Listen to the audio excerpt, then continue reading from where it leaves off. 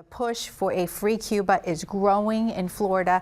Thousands of Cuban Americans packed the streets of the city of Hialeah this week for a free Cuba rally. They were waving flags and chanting Libertad, which is the word in Spanish for freedom. More than 8,000 people turned out, according to CBS News in Miami. The energy in South Florida comes as President Trump has signaled aggressive action toward the Cuban government. Plus, the Florida legislature just passed a bill that would ease state restrictions on Cuba if there is a regime change. Governor DeSantis, meanwhile, struck a cautious note this week. Speaking in West Palm Beach on Wednesday, he welcomed the prospect of change on the island, but does not want to see a mass migration into Florida if things become unstable. Albert, I would like to start with you and ask you, I mean, there's so much to this. Is there even a short answer to why the U.S. has been in the embargo with Cuba, why we are at this point? Well, the short answer is that the United States embargo toward Cuba for some 67 years has absolutely nothing to do with human rights violations, political prisoners, freedom of the press. Nothing. It has everything to do with vengeance, hatred, pride, and retribution. Cuba was a colony of Spain for 400 years. Mm-hmm. In the late 1800s, they decided they wanted their own independence. They fought their independence. They lost a fifth of their population. In 1902, they were an independent state. But from 1902 to 1959, Cuba was nothing more than a colony of the United States. Okay? And we controlled everything on the island. It was a sovereign nation, but you're saying that the politicians in power were basically puppets of the American government? The short answer to that is absolutely. Okay. And that's what they were. There was a really important interview that the Cuban Deputy Foreign Minister Carlos Fernández de Cosío did with Meet the Press. Our military is always prepared, and in fact it is preparing these days for the possibility of military aggression. We would be naive if looking at what's happening around the world, we would not do that.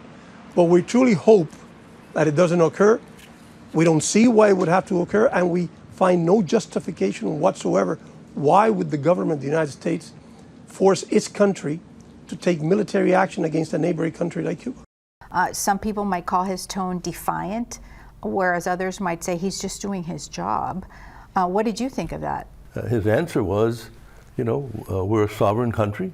You don't like us. We understand that. So we have to be prepared for anything that might or might not happen. So I wouldn't focus so much on that answer. I would have focused on more of all the other answers, that they want to be friends with the United States. There's not a scintilla of evidence that Cuba is an enemy of the United States.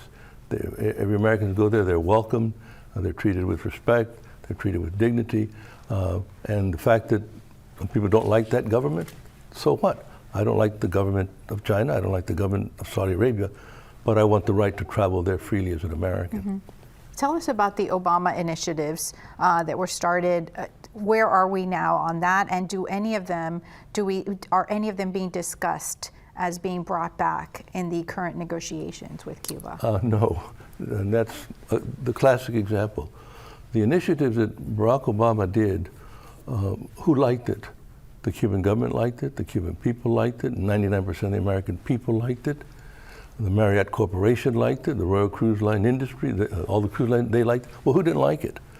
1,000 people in Miami, 25 people in Tampa, and 500 people in Union City, New Jersey. But they're the people that have the political muscle. Do you believe that the Castro regime is on its last leg? What would it take for the diplomats to come to some sort of a result that would provide a change? Fidel Castro, I think, has passed away for at least, I think it's 10 years, and he was out of power about 5 years before that, but we keep referring to the Castro regime.